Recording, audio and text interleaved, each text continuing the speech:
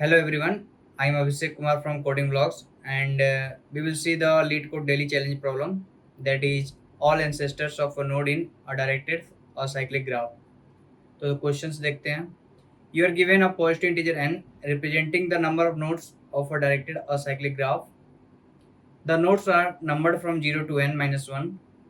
You are also given a 2D integer array ages uh, from and to that denotes there is a age from to 2 in the graph. Return a list answer where answer I is the list of ancestor of the ith node sorted in ascending order. तो सबसे पहले हम लोग एक बार question समझ लेते हैं. Question आपका ये कह रहा है कि आपको एक डायरेक्टेड और साइक्लिक ग्राफ दिया है.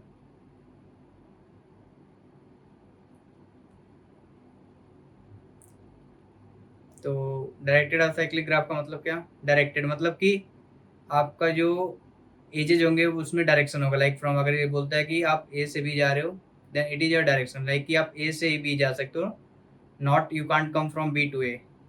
जैसे यहाँ पे इन्होंने डायरेक्शन दिखाया 0 से 4, 0 से 3, 3 से 5, like that.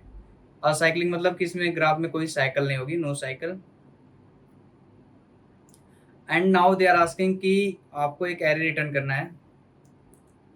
You have to return an array जिसमें बेसिकली हर नोड के उनके सारे एंसेस्टर होंगे. लाइक कि एंसेस्टर कहने का मतलब ये है कि सपोज करो आप जैसे इस एग्जांपल में देख लो, 3 के कौन कौन से एंसेस्टर होंगे? 0 एंड 1. 3 के एंसेस्टर कौन कौन से? 0 एंड 1. एंड 5 के एंसेस्टर आप देखोगे तो 3, 0, 1. 6 के एंसेस्टर देखोगे आप तो 3, 4, 2 एंड हाँ 1 और 0. मतलब कि एंसेस्टर मतलब जहाँ से 6 के मतलब जो ऊपर है, मतलब तो मतलब जैसे आप 3 का चाइल्ड आप अगर आप बोलोगे तो 3 के चाइल्ड होंगे 6 एंड 5. एंड अगर आप बोलोगे 5 का एंसेस्टर कौन है तो 3, 0, 1, मतलब जो उनके पूर्वज हैं, लाइक ऊपर हैं. तो this is our question and hope आपको क्वेश्चन समझ में आएगा. बेसिकली हमको क्या करना है, हर नोड के लिए उनके जो एंसेस्टर्स हैं उनको रिटर्न करना है. तो देखते हैं हम लोग कैसे करेंगे ये सवाल.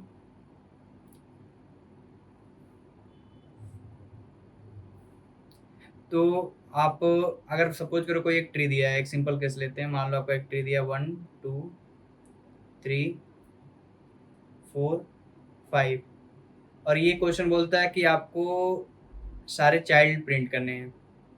मान लो आपका ये ट्री दिया हुआ है तो आप क्या प्रिंट करते हैं? 1 के लिए उसके कौन कौन से चाइल्ड हैं? 2, 3, 4, 5 सारे चाइल्ड होंगे भाई, मतलब जो नीचे होंगे सारे, they all will be the children of 1, right. 2 के कौन कौन से चिल्ड्रन होंगे? All 4 and 5. 3 का कोई चिल्ड्रन नहीं है, 4 का कोई चिल्ड्रन नहीं है, 5 का कोई चिल्ड्रन नहीं है. तो आप ये रिटर्न करते हैं. अभी मान लो पूछा है कि आपको एंसेस्टर्स बताएं, तो 2 का एंसेस्टर कौन है? केवल 1 होगा. 4 के एंसेस्टर कौन है? तो आपके 2 और 1 होंगे. 5 का एंसेस्टर कौन है? तो देखो 2 और 1 होंगे. 3 का एंसेस्टर कौन है? केवल 1 है. तो अभी क्या कर सकते हो आप, लाइक जैसे अगर आपको एक ट्री दिया रहता तो आप अगर डीएफएस लगा के चाहते तो आप उनका चाइल्ड निकाल सकते हो, राइट. मान लो 1 पे हो, आप डीएफएस कॉल करोगे तो वो 2 पे जाएगा, 4 पे जाएगा, 5 पे जाएगा. तो बेसिकली आप 1 के सारे चाइल्ड कैलकुलेट कर सकते हो ऐसे. तो सिमिलरली अगर हम लोग को मान लो, अगर हम लोग एजेस रिवर्स कर दें, सपोज करो आप एजेस रिवर्स कर देते हो. मान लो इस क्वेश्चन में आप एजेस का डायरेक्शन ये कर देते हो, इधर कर देते हो उल्टा. और अगर हम अब सिमिलरली अब डीएफएस कॉल करेंगे तो क्या तो आप देख सकते हो कि we will get all the ancestors, right. Hope आपको समझ में आ रहा होगा कि लाइक हम लोग क्या करना चाह रहे हैं. Let me right the steps.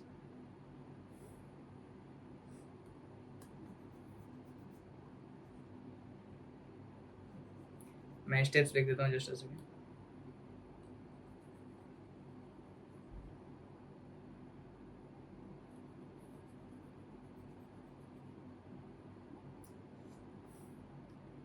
तो देखो आप, हम लोग क्या करेंगे, स्टेप 1 हमारा ये होगा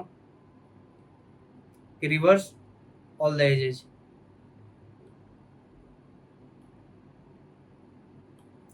स्टेप 2 क्या होगा, हम लोग basically we will call DFS from each node, और वो DFS जहाँ तक आइटरेट करेगा, जिस जिस नोड पे जाएगा, द नोड्स जिस पे कॉल जाएगी they all will be the ancestors, right.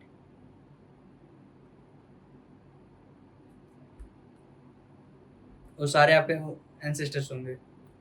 And step 3 कि आप एक vector of vector int answer बनाओगे एंड उनमें सब ये वैल्यूज पुश करके आप रिटर्न कर दोगे। So let's go on to the LeetCode and we will try to code it and then understand by dry run. तो देखो भाई, मैं क्या कह रहा हूँ कि हम लोग सबसे पहले क्या करते हैं, एजेज को रिवर्स कर लेते हैं। तो आप सबसे पहले vector of vector int answer, ये हमारा मतलब बेसिकली आंसर स्टोर करने के लिए, जो कि हम लास्ट में रिटर्न करेंगे। फिर आप एक एडजेसेंसी लिस्ट बनाओ, होप आपको एडजेसेंसी लिस्ट बनाने आता होगा। तो for int i equal to 0, i less than edges dot size i plus plus adjacency of, देखो अगर आप जो दिया हुआ है उससे अगर एडजेसेंसी बनाते तो क्या होता है आपका, edges i 0 dot push back edges i 1, but हमने क्या बोला कि हम लोग एजेज को रिवर्स कर देंगे। तो लेट रिवर्स करने के लिए हम लोग क्या करेंगे, I1 में जाके एजेज I0 को पुश करेंगे, मतलब कि अभी 4 से 2 पे जा सकते हैं, 4 से 0 पे जा सकते हैं, हम मतलब रिवर्स कर रहे हैं लाइक, ओके। एजेज रिवर्स कर दिया हमने। नेक्स्ट स्टेप क्या है हमारा, कि हम हर एक नोड पे जाएंगे और उनसे DFS कॉल करेंगे। तो हम लोग DFS का एक फंक्शन बना लेते हैं DFS, उसमें क्या क्या भेजना पड़ेगा हमें, नोड की वैल्यू I, उसके साथ adjacency list and what more.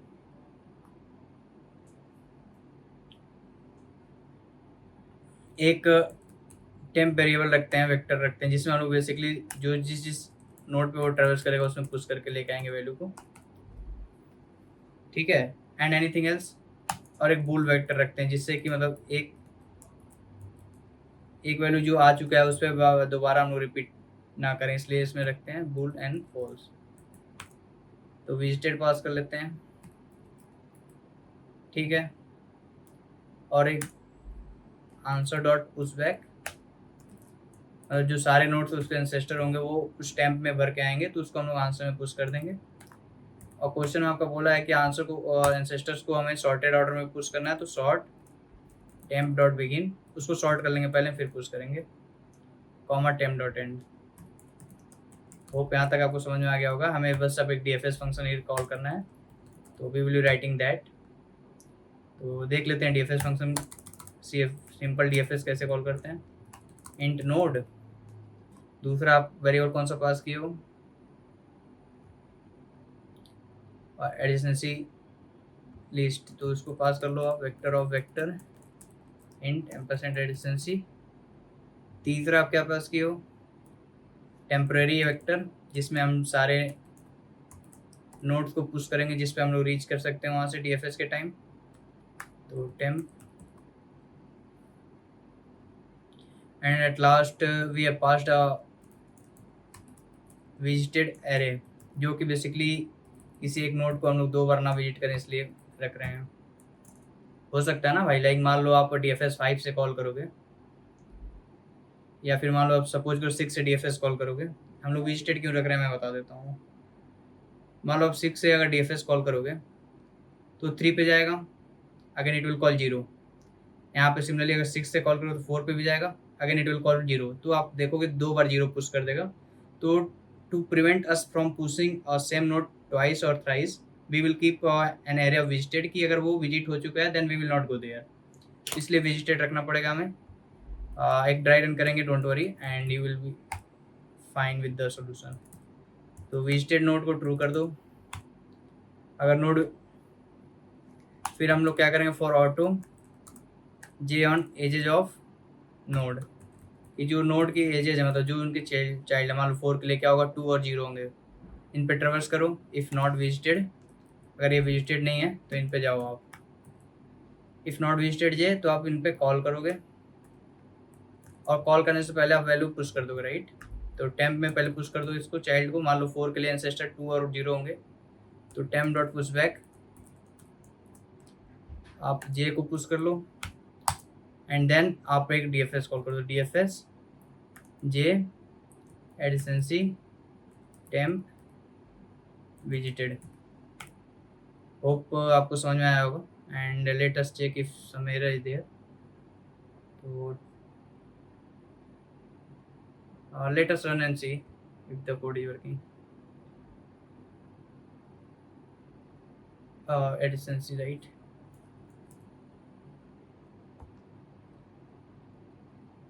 So let us submit and see if, हाँ तो देखो भाई मेरे सबमिट हो चुका है। तो अब हम एक बार ड्राई रन कर लेते हैं, एंड उसके साथ साथ इसकी टाइम एंड स्पेस कॉम्प्लेक्सिटी देख लेते हैं। तो अगर हम लोग स्पेस कॉम्प्लेक्सिटी की बात करें, तो आप बेसिकली 2D एरे यूज कर रहे हो, राइट। 2D वेक्टर यूज कर रहे हो, you are using 2D vector. तो कैन वी से कि 2D वेक्टर अगर हम लोग यूज कर रहे हैं, तो order n square space complexity हो गई इसकी।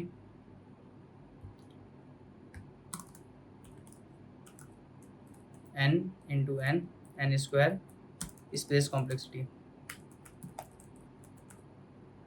और अब टाइम कॉम्प्लेक्सिटी की बात करें, तो अब देखो यहाँ पे एक फॉर लूप चल रहा है, उसके अंदर हम लोग DFS कॉल कर रहे हैं, तो DFS की कॉम्प्लेक्सिटी भी ऑर्डर n होती है। एंड उसके नीचे हम लोग एक शॉर्ट फंक्शन यूज किए हैं। बेसिकली मान लो कोई जो भी, मान लो m साइज का आपका ये आता है, टेम्प का वेरिएबल, टेम्प एरे मान लो आपका m साइज का आता है, तो उसको शॉर्ट करें तो m log m ये हो जाएगा। और ये लूप कितनी बार चल रहा है, n बारी, n into m log m। तो m आपका वर्स्ट केस में कितना हो सकता है कि टेम्प में सारे एंसेस्टर आ जाए, n हो सकता है। m can be n in worst case, तो आपका ये basically n into n log n का सोल्यूशन हो गया, मतलब कि n स्क्वायर log n का सोल्यूशन है, n स्क्वायर log n का सोल्यूशन, दैट ऑल। एंड इसको एक बार ड्राई रन कर लेते हैं कोड को। Let us go on the screen.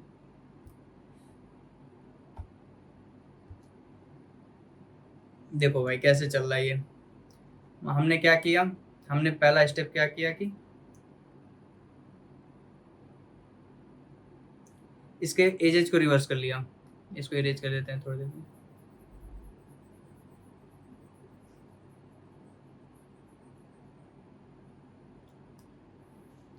Edges को रिवर्स कर लिया, तो एजेज रिवर्स करेंगे तो हम लोग क्या हो जाएगा, 0 से अभी आपका 4 कनेक्ट होगा, 2 यहाँ पे होगा, बस सारे बना लो आप और एजेज रिवर्स कर लो। अभी 3 से 5 आ रहा था, अभी आपका 5 से 3 जाएगा। 0 से 3 आ रहा था, अभी आपका 3 से 0 जाएगा। सिमिलरली यहाँ पे 6 से 3, और यहाँ पे आपका 7 से 3, 4 0 और 3 से 1, राइट। और क्या बचा आपका, 4 से 2 हो गया, और 7 से 2 जा रहा है आपका ये। तो ये हमारा डायरेक्टेड साइक्लिक ग्राफ दिया हुआ है, हमने इसके एजेज रिवर्स कर लिया है। अब क्या कर रहे हैं हम लोग, बेसिकली हर नोड पे जाके उस पर DFS कॉल कर रहे हैं, राइट। तो आप 0 पे सबसे पहले आप फॉर लूप लगाए हो, i से 0 से n तक, n-1 तक। तो आप 0 पे जब जाओगे तो यहाँ पे DFS कॉल करोगे, तो 0 में तो कुछ है नहीं, कोई चाइल्ड। तो उस समय टेम्प जो वेरी होगा उसमें आपका कुछ भी पुश नहीं होगा। तो आंसर में आप एक simply answer dot push back में आपने एक खाली एरे पुश कर दिया। सिमिलरली आप 1 के लिए जाओगे, तो 1 का देखो भाई, 1 के भी चाइल्ड कुछ नहीं है, जहाँ DFS बेसिकली देखो ये DFS डायरेक्टेड जाएगा, लाइक इसको 1 के कोई भी एज नहीं होंगे ना, इधर नहीं है, क्योंकि ये आप मत देखना, कंफ्यूज मत होना। 3 से 1 आ सकते हो आप, 1 से 3 नहीं जा सकते, डायरेक्टेड है। तो आप 1 में भी सिमिलरली आप केवल एक खाली एरे पुश करोगे। सिमिलरली अब आप 2 का देखो, तो 2 में भी कोई चाइल्ड नहीं है, तो 2 का DFS में भी आप खाली एरे पुश करोगे। अभी आप 3 का देखो, तो 3 से जब DFS कॉल करोगे तो यहाँ पे आप 0 पे जाओगे, इधर आप 1 पे जाओगे, एनीथिंग एल्स नहीं, और कुछ नहीं जाओगे। तो 3 वाले टाइम में टेम्प के एरे में आपका फील होगा क्या आएगा, 0 एंड 1। तो आप इस समय मतलब अपने यहाँ पे क्या पुश कर दिया, 0 और 1। फिर आप 4 के लिए जाओ, तो 4 के DFS कॉल में आप देखो 0 पे जा सकते हो, 2 पे जा सकते हो। Make sense right. तो टेम्प में इस समय आपके टेम्प जो वेरिएबल होगा, मतलब वेक्टर होगा, उसमें क्या पुश होकर आएगा आपको, 0 एंड 2, उसके सारे चाइल्ड जिस पे वो आइटरेट कर सकते हो आप 4 से, तो वो सारे आपके आंसर में 0,2 पुश होकर आएगा। सिमिलरली आप 5 का देखो, तो 5 से आप जाओगे 3 पे जाओगे, 3 से अगेन आप 0 पे जा सकते हो, 3 से इधर आप 1 पे जा सकते हो। तो 5 के लिए कितने आइट्रेबल होंगे, 3 0 1, फिर ये आप आंसर में पुश करोगे। सिमिलरली 6 के लिए देखो तो आप 3 पे जा सकते हो, 0 पे 1, तो इसके लिए भी 3 0 1 होंगे। और 7 के लिए आप देखोगे तो 7 के लिए आप 2 पे जा सकते हो, 3 पे जा सकते हो, 0 पे जा सकते हो, 1 पे जा सकते हो। तो ये कर रहे हो आप, 7 के लिए आप 2 पे नोट जाएगा, और 7 से 3 पे जा सकते हो, 0 1 मतलब ये 7 से जब DFS कॉल करोगे आप, तो देखो 7 तो भाई 3 से रीच है, तो 7 से आप 3 पे जा सकते हो, फिर 3 पे DFS कॉल आएगा वो 0 पे जाएगा, 3 से DFS कॉल 1 पे जाएगा, तो आप 3 भी पुश करोगे, 1 भी पुश करोगे, 0 भी पुश करोगे, और इधर 2 भी पुश करोगे। और आप पुश करने से पहले क्या करोगे, वैल्यू को सॉर्ट करोगे, तो सॉर्ट करोगे तो आप 0 1, बेसिकली आपको 0 1 3 जाके एरे में पुश होगा, और फिर यहाँ पे 0 1 3 इधर पुश होगा, और एक आपका 0 1 2 3 पुश होगा। होप आपको, आप फिर आप ये आंसर वेरिएबल को रिटर्न कर रहे हो। होप आपको समझ आएगा। That's all, thank you.